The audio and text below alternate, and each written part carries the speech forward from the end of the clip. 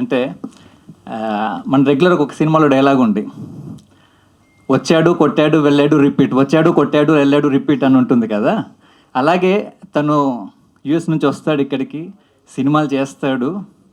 సినిమాలు చేసేటప్పుడు అంటే తను ఏదో డబ్బులు చాలా ఉండి సినిమాలు అలా చేసే పర్సన్ కాదండి.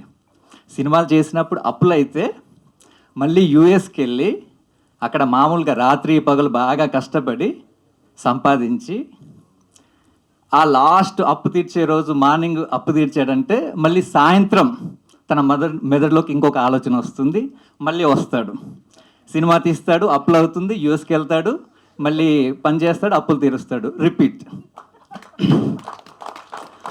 సో నా ఉద్దేశం ఏంటంటే ఇలాంటి పర్సన్స్కి మనం అవకాశం, అంటే సినిమాలు చేయకపోతే, అంటే జనరల్ డిస్కషన్లు కూడా సినిమాలు ఇలా ఉంటే బాగుంటుంది అంటే మన టీంలో కూడా డిస్కషన్ చేస్తుంటారు కదా, 18 years నుంచి ఒక 30 years వాళ్ళని అట్రాక్ట్ చేయాలి, అలాంటి సినిమాలే చేయాలి అని. అంటే అందరూ తీస్తుంటారు కానీ ప్రత్యేకంగా ఇలాంటి సినిమాలు చేయకపోతే మర్చిపోతాం మనం, సినిమా అంటే అదే టెంప్లెట్ ఏమో అని గుర్తుంటుంది అనమాట.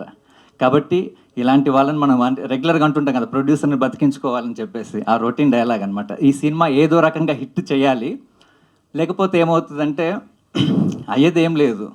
ఈ సినిమా హిట్ అయితే ఇమీడియట్గా ఇంకో సినిమా స్టార్ట్ అవుతుంది.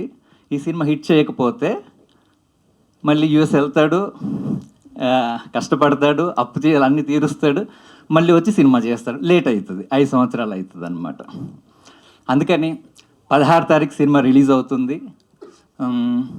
ఖచ్చితంగా అంటే ప్రివ్యూ చూసిన ప్రతి ఒక్కరికి నచ్చింది ఈ సినిమా, కాబట్టి మీరు అందరూ చూడండి, ఖచ్చితంగా నచ్చుతుంది, సినిమా హిట్ అవుతుందని నా అభిప్రాయం. ఇదంతా కూడా మీ చేతుల్లో ఉంది. ఈ టైంలో నాకు శ్రీశ్రీ గారిది ఒకటి గుర్తొస్తుంది అనమాట.